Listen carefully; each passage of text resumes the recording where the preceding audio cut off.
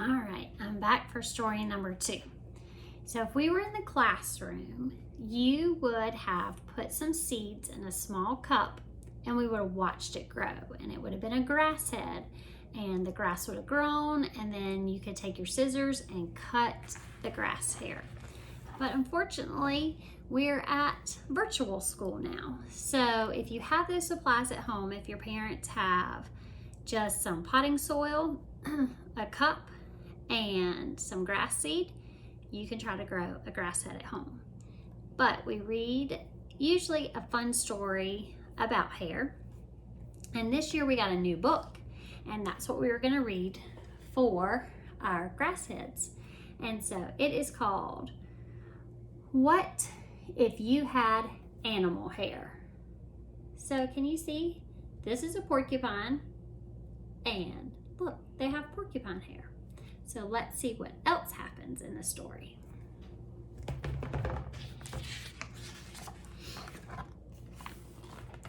Turn it.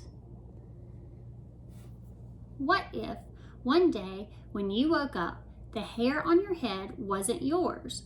What if overnight a wild animal's hair grew in instead?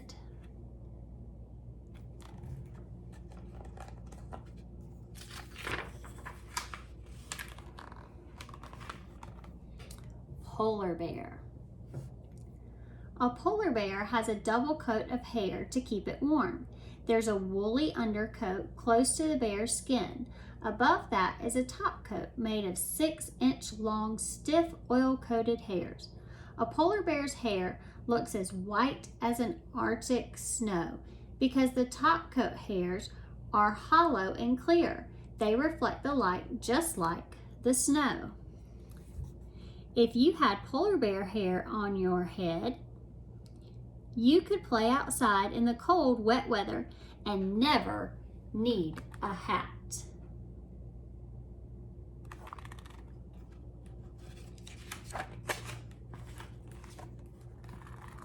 Reindeer. A reindeer has a double coat too. It also has a lot of hair, as many as 5,000 outer hairs per square inch of skin. Each long, stiff outer hair has a hollow core. These hairs trap air. In addition to keeping the reindeer warm, the hair helps this heavy animal float in the water. How cool is that? I didn't know a reindeer could float in the water. If you had reindeer hair, swimming would always be easy, even in the roughest of waters.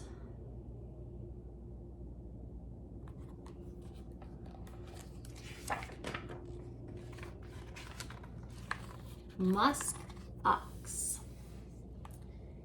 A musk ox has the longest hair of any wild animal. Some hairs are as long as 2 feet. Its shaggy coat hangs down to its hooves. This coat is also double thick and so tough it acts like a suit of armor. If you had musk ox hair, you could play outside day or night in the winter or summer without worrying about frostbite, sunburn, or bug bites.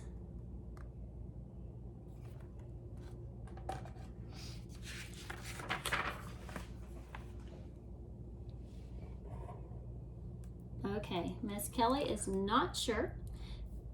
Aurochs is what Miss Kelly's going to call it. A similar horned aurochs has hair that is just right for its African desert home. The aurochs's pale colored coat reflects sunlight and keeps it from overheating.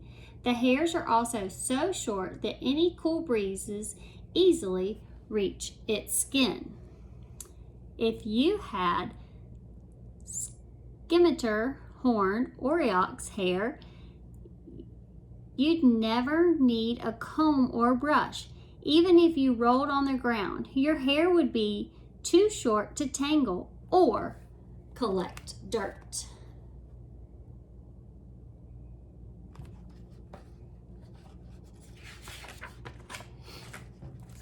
lion. A male lion has a mane, long, thick hair on the back of its head, neck, and shoulders. When it comes to having a mane, size matters. Scientists learned that female lions, called lionesses, prefer males with big manes. That could be because the healthiest males usually have the largest manes. If you had a lion's mane, you'd stand out in a crowd. You'd look big and bold.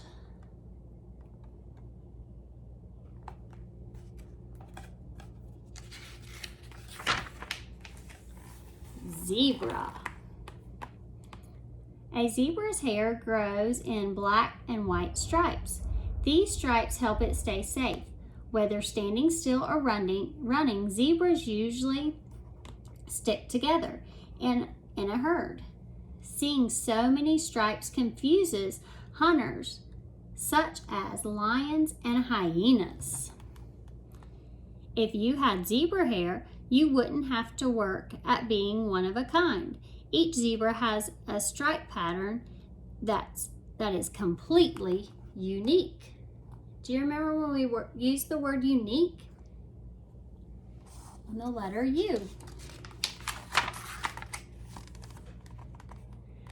Three-toed sloth. A three-toed sloth's hair often looks green because little plants called algae grow all over it. Sloths live in damp rainforests and rarely move, making their bodies a good place for algae to live. However, having green hair isn't a bad thing. Green hair helps sloths blend into their homes in treetops and hide from predators such as jaguars and harpy eagles. If you had three-toed sloth hair, you'd never be alone. Because of the algae, your hair would be home to many different kinds of harmless insects.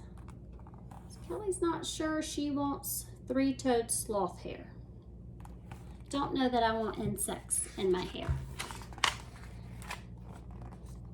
Arctic fox. An Arctic fox's hair is snow white in the winter.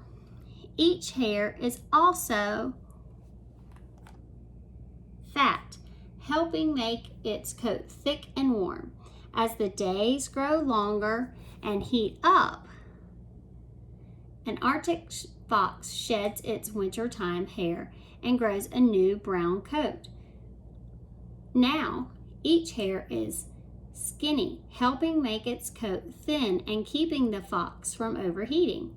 Besides staying comfortable, changing its coat keeps an Arctic fox perfectly colored to sneak up on prey such as lemmings and voles. If you had Arctic fox hair, you'd never get tired of your hair color because it would change with the seasons.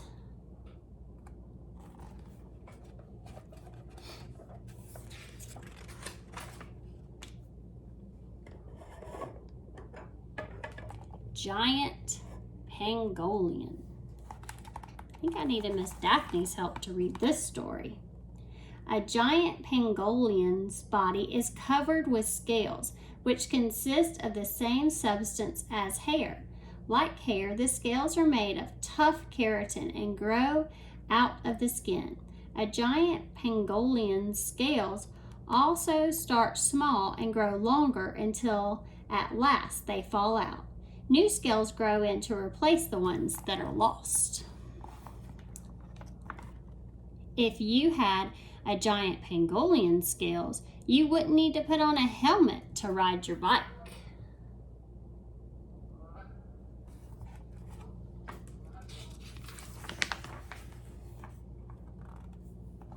Porcupine. A porcupine has a normal coat, but it also has special hairs too, called quills. Quills are stiff, needle-like hairs. If attacked, barbs on the end of each quill poke into the enemy's skin. then even when they separate, the porcupine's quills stay stuck in the enemy. If you had a porcupine's quills, bullies would never bother you.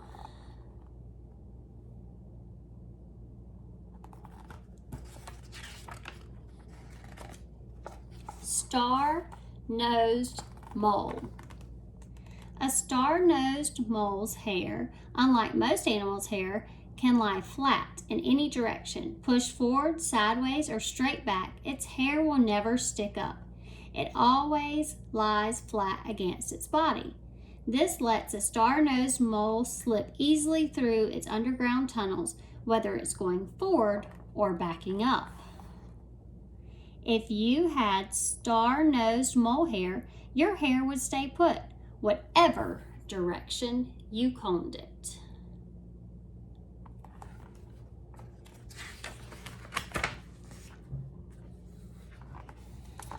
Wild animal hair could be cool for a while, but you don't use your hair to stay afloat or confuse predators.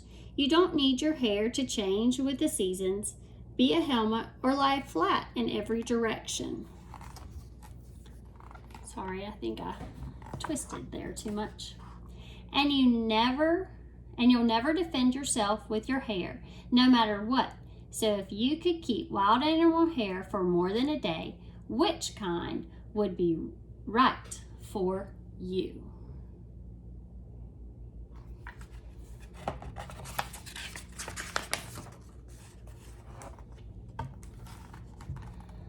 Luckily, you don't have to choose.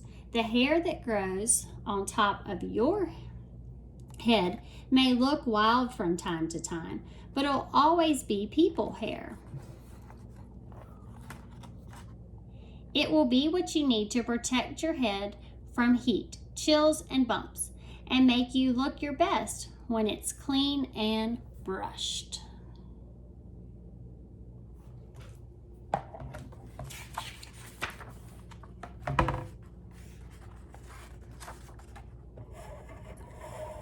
So, what animal hair would you have? I think Miss Kelly would have Arctic fox hair. I've always wondered what it would be like to have totally different hair color. So, at least I could have a different hair color 4 times out of the year, because how many seasons are there? 4. So Miss Kelly would have 4 hair colors. That would be pretty cool. All right, I'll be right back with a craft.